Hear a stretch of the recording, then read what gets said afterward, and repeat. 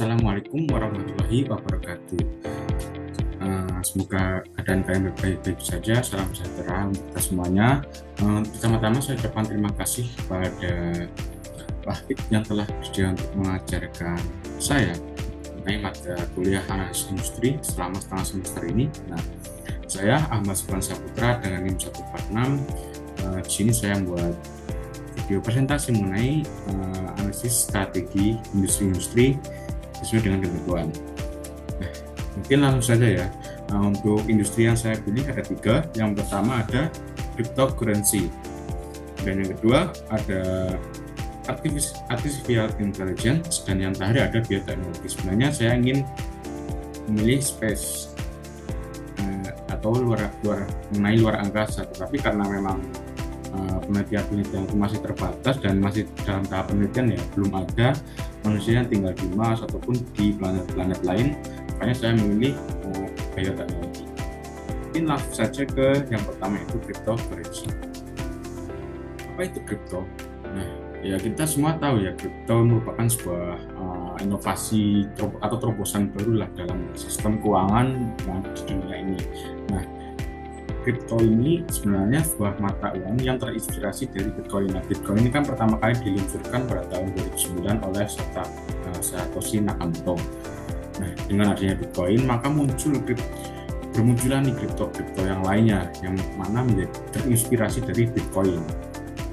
Nah, sejak saat itu sistem keuangan dunia itu berubah dengan menggunakan sistem blockchain, yang mana nantinya itu dengan sistem blockchain ini mempunyai kelebihan-kelebihan yang akan saya jelaskan nantinya.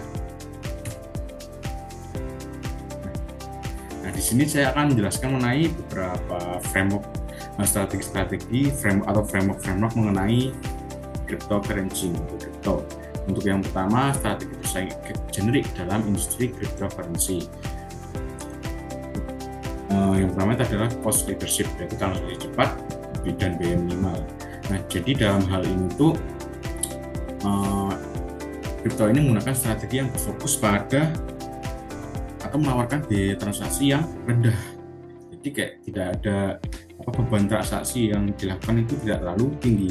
Bahkan untuk kripto seperti Tron, USDT ini membebankan biaya hampir nol. Jadi kayak 0,00000 berapa gitu dalam setiap transaksi. Nah, oleh karena itu dalam hal itu kripto itu menjadi sasaran ataupun incaran para pengguna yang mengejar beban biaya transfer yang rendah. Kemudian ada diferensiasi unik dalam fungsi.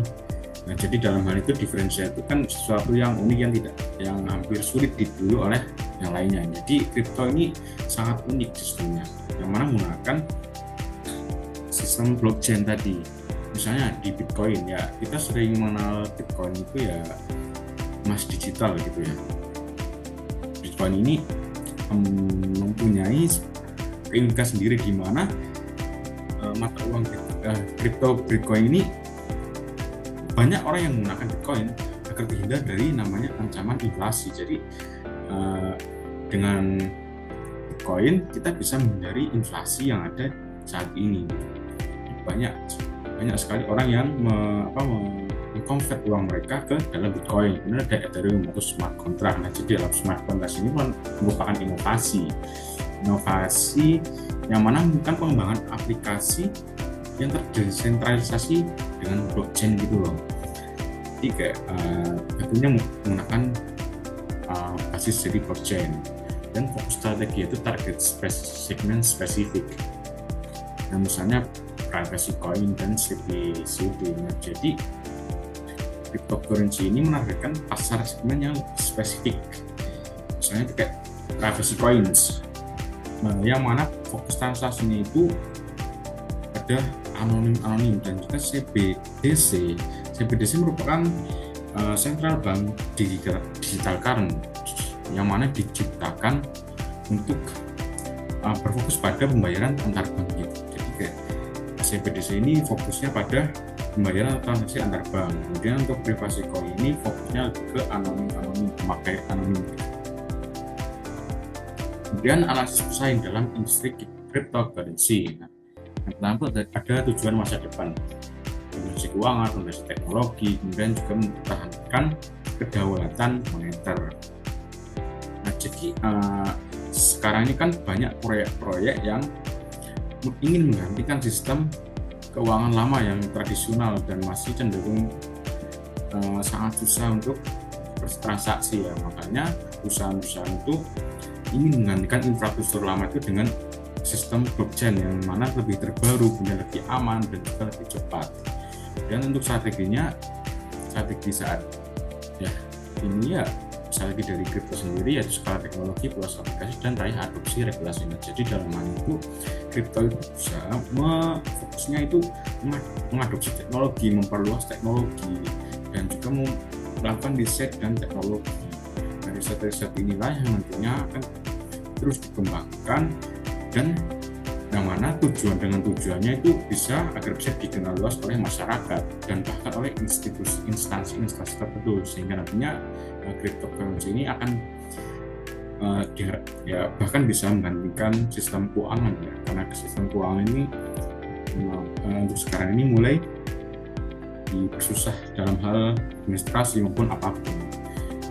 Kemudian asumsi sistem tradisional lambat, blockchain itu lebih aman dan efisien. Nah, jadi kan para pengguna cryptocurrency sendiri kan berpendapat sebagai sistem sekarang, sistem keuangan yang sekarang yang masih tradisional itu ketika transaksi itu kan tidak terjamin keamanannya dan juga kadang lama, ribet. Nah, dengan adanya cryptocurrency ini, cryptocurrency kan menggunakan sistem blockchain. Nah, blockchain ini kan sebuah sistem yang transparan, jadi lebih aman dan bahkan lebih efisien atau lebih cepat. Jadi ketika transfer tidak bertele-tele harus ngapain, ketika ingin transfer ya langsung aja di-convert, kemudian konfirmasi dan cepat selesai. Dan ketika ingin melihat riwayat dari transfer itu bisa dilihat di blockchain dan itu terbuka secara umum. Jadi kalau untuk sistem tradisional kan masih tertutup gitu. Kemudian kapabilitas inovasi teknologi, keamanan digital, dan jaringan likuiditas. Nah, jadi cryptocurrency posisinya itu sangat kuat, dan untuk bersaing dengan cryptocurrency ini membutuhkan sebuah teknologi yang sangat maju dan tentunya sangat inovasinya sangat tangguh gitu. Perlu inovasi yang sangat tangguh agar nantinya itu bisa bersaing dengan cryptocurrency. Oleh karena itu kemampuan dari cryptocurrency itu memang sangat luar biasa saat ini dan benar-benar bisa dalam beberapa tahun ke depan, terutama tahun 2030 ke atas, cryptocurrency bisa mengambil alih pembayaran ini uang. Dan karena cryptocurrency ini juga volume transaksinya itu hampir tidak terbatas ya dibandingkan keuangan. Misalnya ketika kita ingin mengirim uang ke Amerika, misalnya 1 miliar, itu kan harus dicek dulu nih harus gimana, perusahaan untuk apa dan perusahaan apa.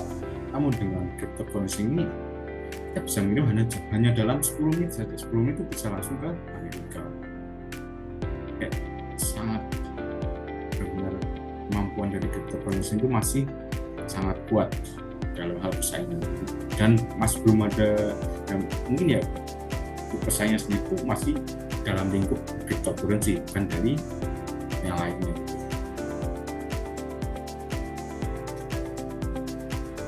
Dan ada sinyal pasar dari cryptocurrency. Untuk yang pertama ada adopsi institusional. Nah, untuk saat ini kan banyak ya negara-negara dan lembaga keuangan itu berusaha untuk mengadopsi atau menjadi cryptocurrency ini. Bahkan ada beberapa negara ya seperti Kenya atau apa itu masukkan Bitcoin sebagai cadangan nasional mereka. Bahkan Amerika direncanakan akan menggunakan Bitcoin sebagai cadangan nasional juga dan akan mengembangkan mata uang digital mereka sendiri. Jadi perkembangan itu semakin besar, kemudian regulasi itu semakin akomodatif, semakin matang. Jadi sinyal positif lain dari cryptocurrency itu perkembangan regulasi yang mulai mendukung pertumbuhan dari cryptocurrency sendiri. Nah, dulu tuh crypto kan dianggap seperti liar ya, pakai mata uang yang asing, dan itu apa sih mata uang, apa sih itu kripto itu kayak mana, terus itu berbahaya tidak. Namun kayak sekarang itu banyak negara-negara yang menyetujui adanya cryptocurrency ini atau kripto, dan bahkan membuat aturan untuk mengatur, melindungi investor di kripto ini, dan juga membangun kepercayaan di pasar mereka. Dan ada inovasi teknologi. Nah, jadi kan industri ini sangat cepat berubah ya. Fokus inovasi itu banyak, yang mana mengarah pada skalabilitas, interoperabilitas, dan juga efisiensi energi. Nah, ini menjadi tantangan sendiri. Namun kita terus berinovasi dengan teknologi, yang mana dengan skalabilitas ini agar blockchain itu bisa memproses lebih banyak transaksi. Jadi semakin dikembangkan proses transaksinya, sehingga nantinya hampir tidak ada batasan untuk bisa bertransaksi. Kemudian interoperabilitas itu supaya blockchain sendiri itu blockchain berbeda itu bisa terhubung gitu. Dan yang terakhir itu ada efisiensi energi, mengurangi jejak karbon dari teknologi blockchain. Ya, masalah dari cryptocurrency sendiri kan memang jejak karbon atau emisi dari mesin-mesin untuk mining dari kripto ini. Mesin kripto itu kan untuk mining perlu beberapa mesin yang banyak kalau ingin mendapatkan banyak koin gitu ya. Nah, ini menjadi masalah, namun terus dikembangkan mengenai inovasi bagaimana efisiensi ini itu mengurangi jejak karbon yang dihasilkan dari alat mining kripto itu.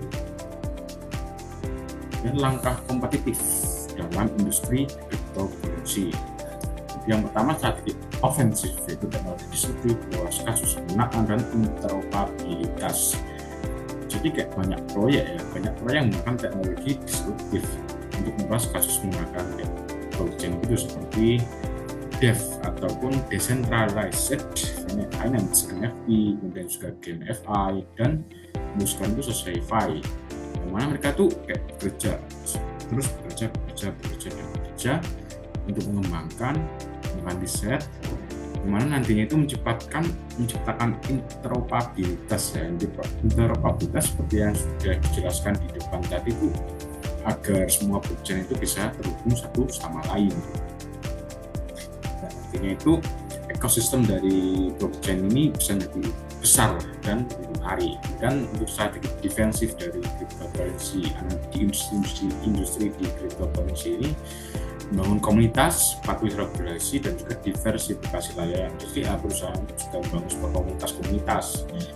Misalnya di Bitcoin itu ada beberapa komunitas, kemudian dimana di dalam situ komunitas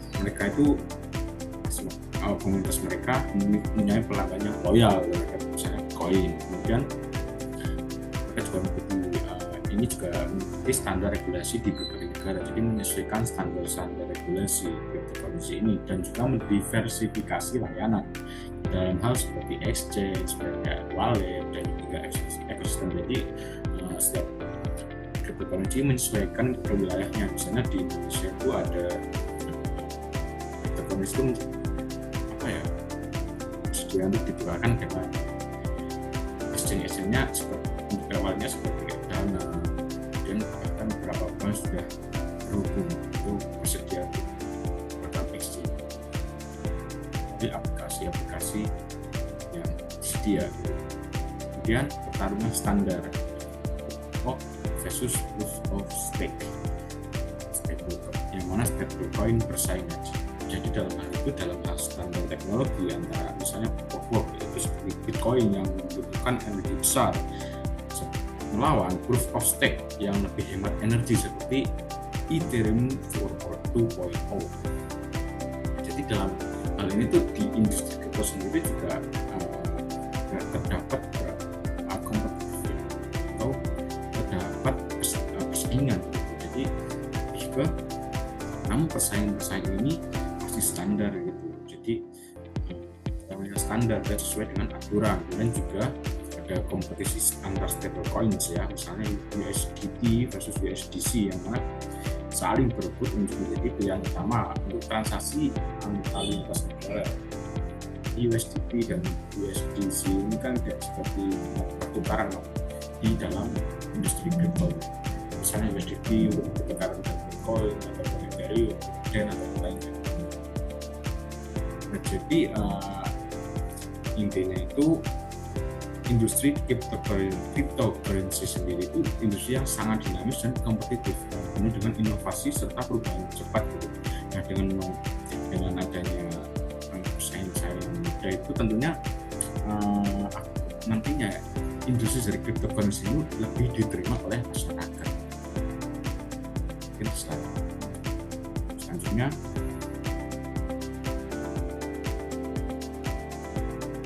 ini Bu cryptocurrency. Untuk selanjutnya ada artificial intelligence.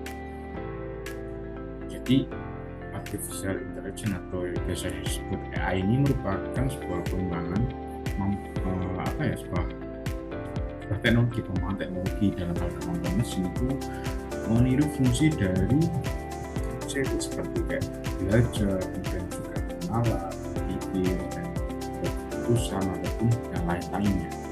Jadi kayak sekarang ini kan apa harus AI, jadi perkembangannya itu dari chat biasa sederhana sampai ke sebuah sistem yang tidak perlu dikontrol oleh manusia, jadi bisa berpikir sendiri. Nah, jadi industri AI ini kan dalam fase pertumbuhan yang eksplosif, dalam hal ini kayak perkembangan dalam dunia itu sangat besar sekali, yang mana semakin hari makin banyak perusahaan-perusahaan yang membuat riset and development khusus AI. Dengan adanya perkembangan ini otomatis data AI itu mengumpulkan data-data besar, relevan, terbaru, dan juga hampir bisa menjawab semua hal. Dan dengan adanya AI ini berdampak pada beberapa hal. Di sini saya menjelaskan 3 dampak utama dengan adanya AI.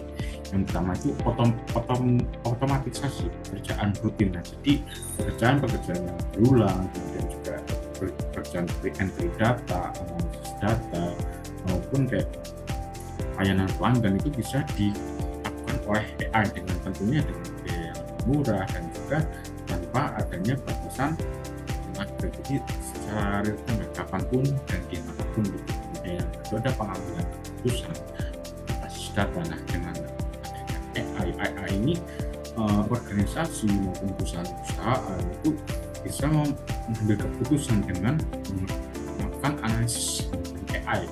Karena dengan AI ini bisa dengan basis data real time dan juga data-datanya itu sesuai dengan prediktif mereka gitu. Kemudian personalisasi pengalaman, jadi dengan terutama itu di sektor pendidikan dan hiburan. Jadi kayak ya seperti yang saya jelaskan sekarang itu apa kan AI bahkan untuk membuat kita sendiri itu hampir semua siswa itu menggunakan AI untuk membantu dirinya mengerjakan misalnya pelajaran soal ataupun dalam hal lainnya gitu. Dan itu kan sangat membantu. Dan juga ketika kita menginginkan rekomendasi kita bisa menggunakan AI. Saya ingin mencari lagu yang sama melodinya dengan lagu ini, akan ditampilkan ataupun direkomendasikan dan bisa direkomendasikan oleh AI.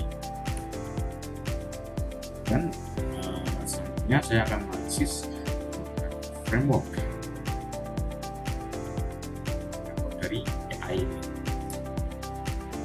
Framework strategi dari AI yang pertama itu ada strategi kompetitif menarik dalam industri AI. Yang pertama adalah penggunaan budaya. Jadi kayak perusahaan itu kan berfokus pada pengembangan AI, riset and development, yang mana mengembangkan AI yang lebih efisien dan fleksibel dengan biaya lebih rendah, sehingga nantinya akan menjangkau pasar yang luas gitu. Serta AI ini juga scalable, artinya itu yaitu menjangkau pasar yang luas. Misalnya itu kayak platform AI ya, itu menyediakan platform machine learning yang mana dapat digunakan oleh UKM untuk memudahkan usahanya. Kemudian yang kedua ada diferensiasi ya. Nah, jadi dalam hal itu kayak ini ada juga yang memilih untuk fokus membedakan yang lain menciptakan teknologi yang unik berbeda dengan yang lainnya, yang mana memanfaatkan data eksklusif untuk membuat sebuah aplikasi khusus pada industri ataupun pada bidang-bidang tertentu. Misalnya itu di industri medis, AI untuk medis yang gunanya untuk menganalisis kanker gitu. Kemudian kita ada fokus. Nah, jadi kayak ada beberapa yang memilih untuk menggunakan fokus pada bidang-bidang tertentu. Misalnya untuk AI medis yang saya sudah jelaskan, AI untuk menganalisis kanker, kemudian yang kedua itu AI untuk menganalisis keuangan, jadi dengan menggunakan data-data, dan ada juga algoritma, dan juga ada algoritma anti fraud, dan beberapa platform AI yang mana sangat membantu perusahaan ataupun yang keuangan ataupun bahkan menyarankan mengasis desain dari keuangan, bagaimana keuangan perusahaan ke depannya. Dan ada kerangkaan pesaing dalam industri. Yang pertama itu ada tujuan pesaing. Nah, jadi beberapa perusahaan yang mengembangkan AI juga melakukan riset pada AI itu ya tentunya ini mendominasi pasar global, seperti kayak GPT itu kan sangat mendominasi pasar global dalam dunia AI. Kemudian juga ada beberapa yang berfokus pada inovasi teknologi dan jadi target akuisisi strategis ya. Misalnya itu kayak AI dalam Tesla sendiri kan memanfaatkan AI untuk membuat mobil pintar gitu. Kemudian yang kedua ada asumsi pesaing. Mereka percaya bahwa keunggulan teknis itu keunggulan teknis atau akses data sebagai kunci. Nah, jadi dalam hal itu kuncinya adalah algoritma yang lebih canggih, tentunya menghasilkan AI yang lebih cepat, data-datanya juga lebih real time dan lebih akurat gitu, yang mana nantinya akan memenangkan pasar. Kemudian strategi yang pertama itu kayak platform AI source spesifik menggunakan model dasar. Jadi dalam hal itu kayak banyak yang menggunakan platform AI umum dengan model bahasa yang besar, dan bahasa itu bisa disesuaikan gitu, misalnya ChatGPT ya, karena banyak orang menggunakan ChatGPT dan bahasa Indonesia, bahasa Inggris, bahasa lainnya. Dan ada juga beberapa yang membangun solusi AI yang lebih spesifik dalam hal penggunaan dasarnya, karena tunjukkan berbagai aplikasi maupun perusahaan besar seperti Tesla. Yang terakhir itu kapabilitas teknis, aset data, dan infrastruktur aplikasi canggih seperti kayak supercomputer tadi untuk masih ini kebenaran besar yang orang eksperimen dan sinyal pasar dalam industri AI. Nah, selanjutnya itu sinyal pasar yang bantu ada pengembangan produk dan penelitian yang mana mengindikasikan fokus teknologi baru. Jadi dalam ini kayak bisa memberikan penunjukan ke arah mana teknologi perkembangan, selalu melakukan riset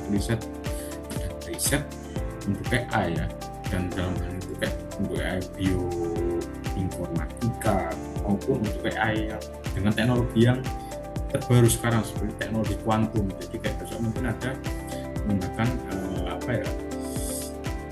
teknologi AI berbasis kuantum, komputer kuantum. Yang kedua ada investasi dan akuisisi yang tren dan peluang pasar. Jadi dalam ini banyak perusahaan-perusahaan besar itu berfokus mengembangkan riset dan development pada AI ya, seperti yang sudah jelaskan seperti Tesla kan terus mengembangkan AI-nya dan hasilnya dia kayak seperti mobil pintar, mobil hiu tanpa pengemudi dengan bantuan AI, kemudian pola perkutan dan organisasi. Nah, jadi dalam hal ini tuh kayak orang-orang yang pandai ilmuwan AI, machine learning AI, atau bahkan orang-orang yang terampil dalam AI, nah, ya seperti divisi AI itu kan sangat mengindikasikan bahwa sinyal dengan itu kan sekarang sudah banyak, itu mengindikasikan sinyal kuat bahwa perusahaan atau organisasi itu mengubah fokus strategi mereka gitu ya, karena jadi sinyal yang kuat bagi pasar industri dalam AI. Kemudian langkah kompetitif dalam industri AI, yang pertama investasi R&D atau riset dan development, yang mana menciptakan keunggulan inovasi. Nah, perusahaan-perusahaan besar itu kayak berinvestasi sebesar miliaran dolar ya, bahkan lebih, itu untuk riset dan pengembangan untuk menciptakan teknologi AI yang sulit ditiru oleh komputer lain. Seperti sekarang ini Cina itu kan melakukan sebuah riset and development dengan biaya yang murah, ya meskipun biaya murah tapi mampu membuat beberapa perusahaan seperti Nvidia itu ketar-ketir, bahkan sahamnya sempat turun dengan pengembangan dari AI dari Cina yang namanya DeepSeek itu. Dan kemitraan strategis, yaitu memperkuat ekosistem dan memperluas sumber daya. Jadi banyak perusahaan yang membuat kemitraan dengan penyedia cloud, institusi akademik maupun perusahaan perangkat keras untuk memperkuat ekosistem AI mereka ya. Contohnya seperti Nvidia.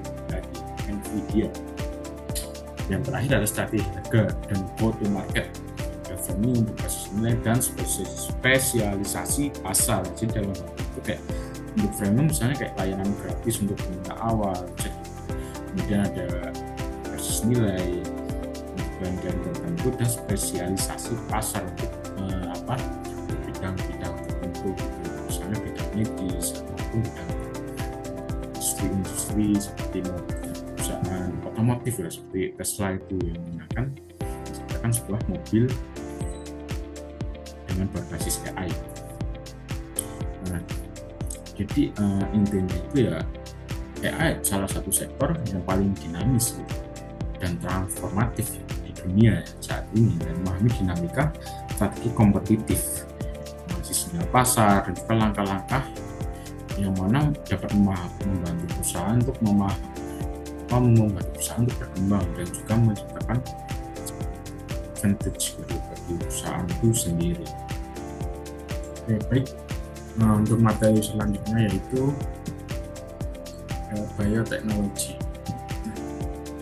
Kita akan mengenal mengenai bioteknologi. Apa sih bioteknologi? Nah, bioteknologi merupakan sebuah teknologi yang mana untuk meneliti berbagai penelitian yang meneliti di bidang atau sektor tertentu ya, seperti medis, pangan, kesehatan, dan lain-lain.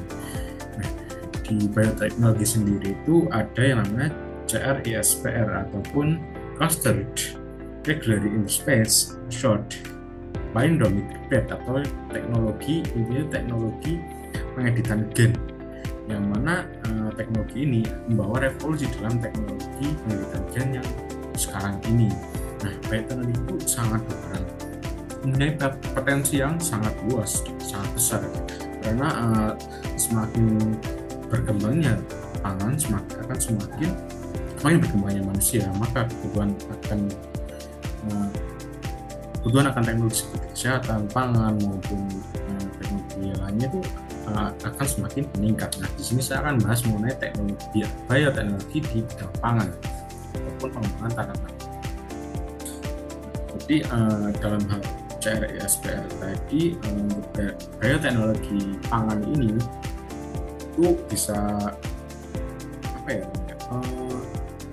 melakukan sebuah riset and development dalam hal pengeditan gen, yang mana nantinya bisa membuat tanaman itu lebih tahan lama, dan juga tahan hama, dan tahan di segala kondisi, baik kekeringan maupun misalnya banjir ataupun cuaca yang tidak menentu gitu. Kemudian juga dengan bioteknologi juga bisa meningkatkan namanya itu nutrisi dari pangan, misalnya meningkatkan vitamin, protein, karbohidrat maupun yang lainnya.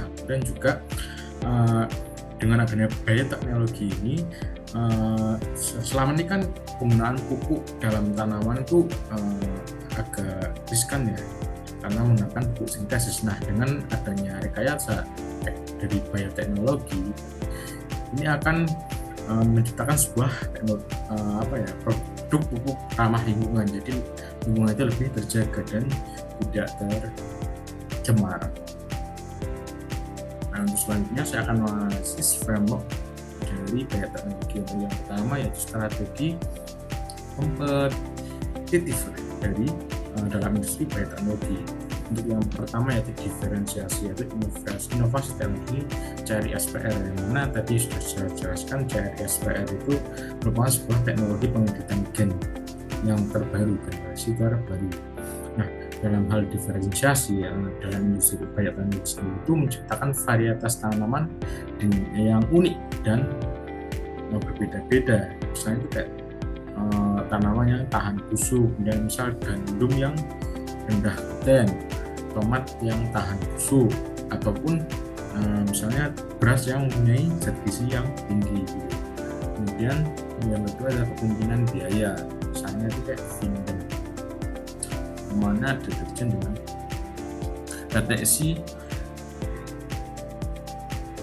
deteksi apa ya,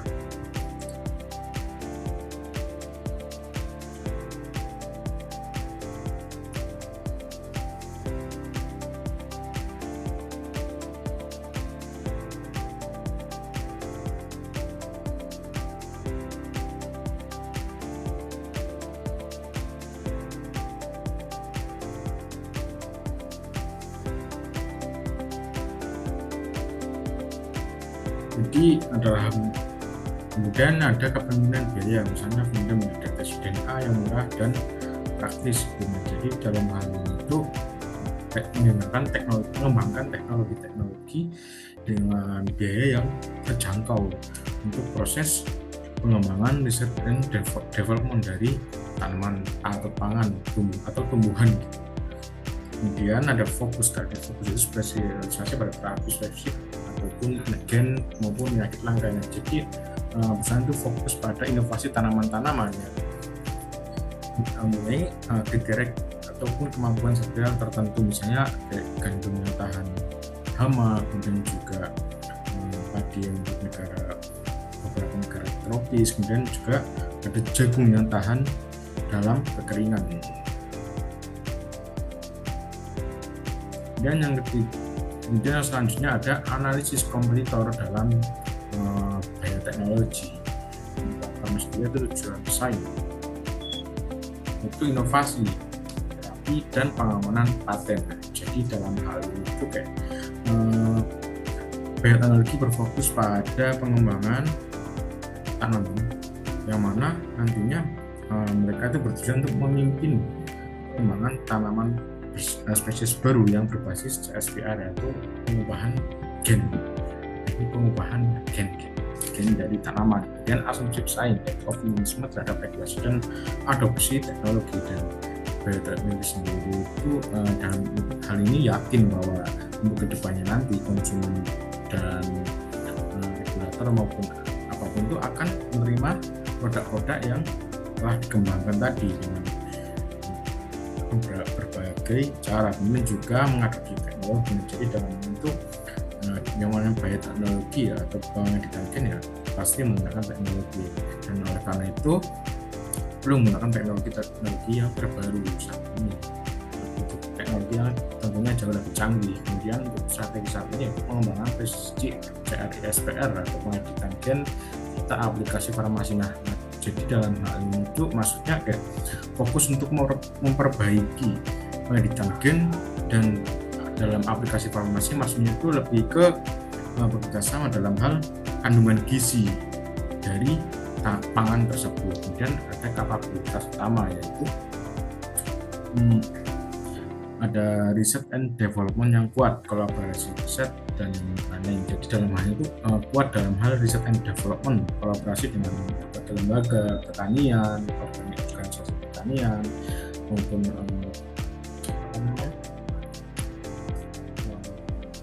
komunitas pertanian, dan nantinya dapat memiliki kemampuan untuk menavigasi regulasi pangan global yang mana nantinya menjadi sebuah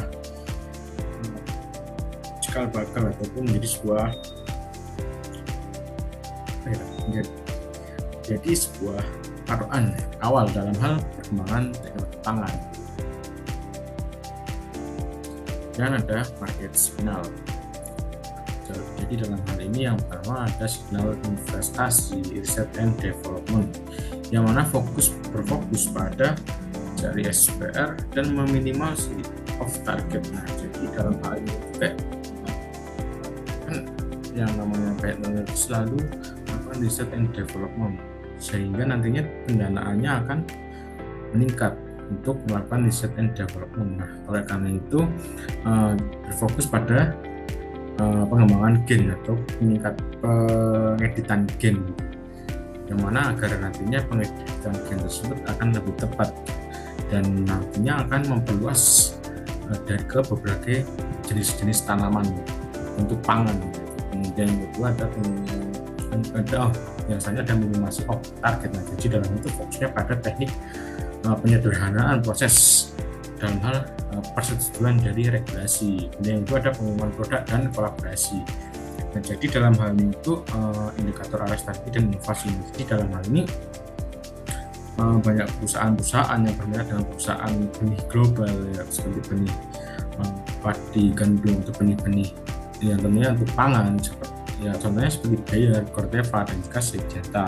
Kemudian peluncuran tanaman baru juga semakin banyak, seperti kayak misalnya seperti yang saya jelaskan, jagung yang tahan kekeringan, ini ada padi biotifikasi tinggi, zinc, dan juga ada tanaman kentang atau kentang yang tahan penyakit. Kemudian peluang pasar baru, dia bagus cepat, terapi presisi, dan produk pertanian. Nah, jadi dalam hal ini itu kayak makanan-makanan fungsional seperti tanaman dengan kandungan nutrisi tambahan untuk kebutuhan spesifik itu kayak akan semakin cepat, semakin presisi, semakin cepat tersebarnya gitu. Karena ya memang tanaman-tanaman itu akan menjadi fokus ataupun menjadi sebuah hal baru yang tentunya akan menarik banyak pasar ya. Misalnya kayak padi rendah glikemik untuk penderita diabetes tentunya akan sangat dicari oleh penderita diabetes yang ada gitu.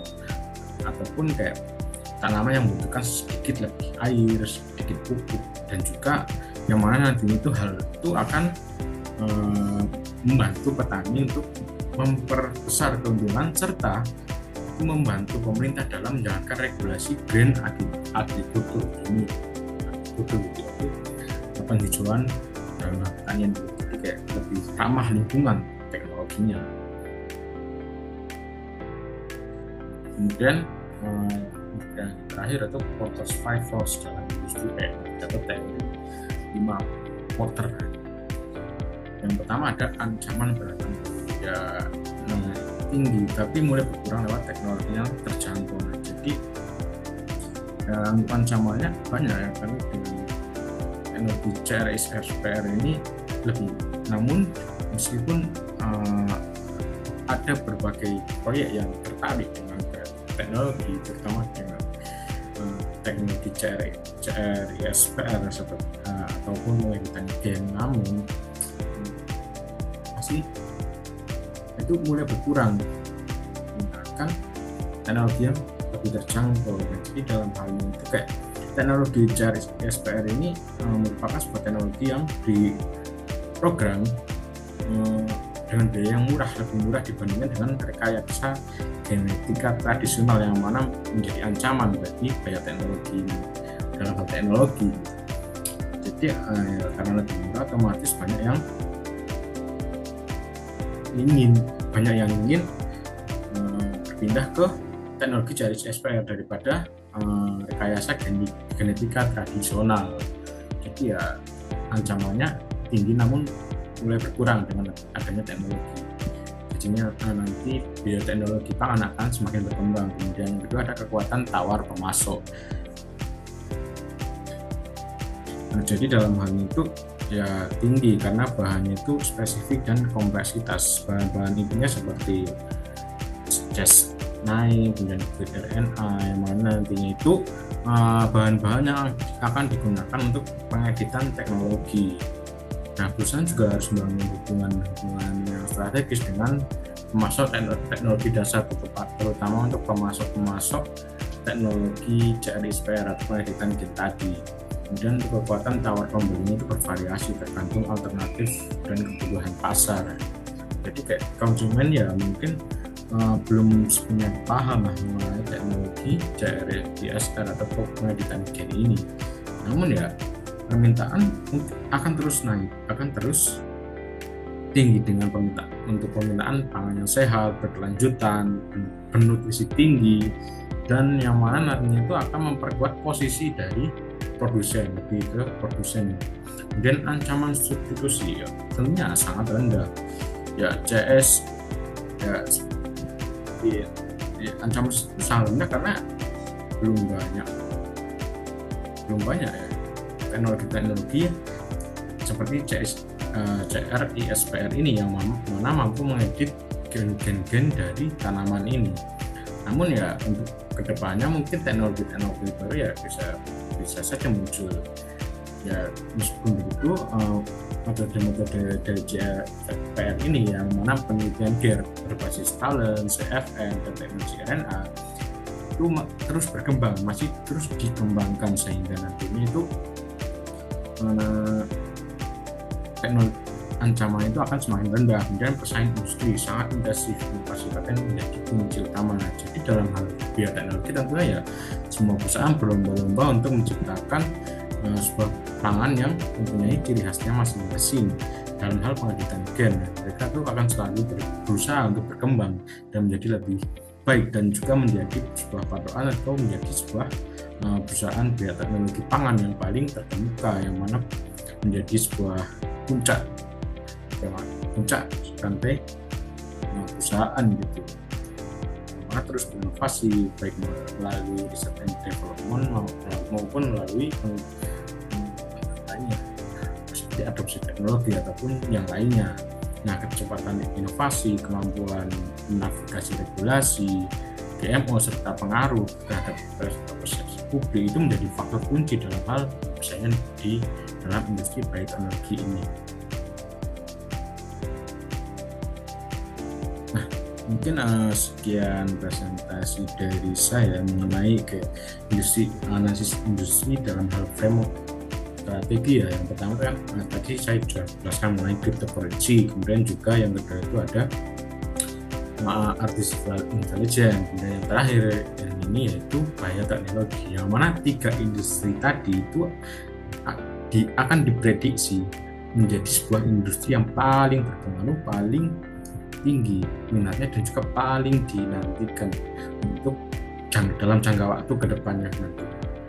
Mungkin sekian, bila ada kata-kata yang kurang berkenan mohon maaf. Terima kasih. Wassalamualaikum warahmatullahi wabarakatuh dan sampai jumpa di video selanjutnya.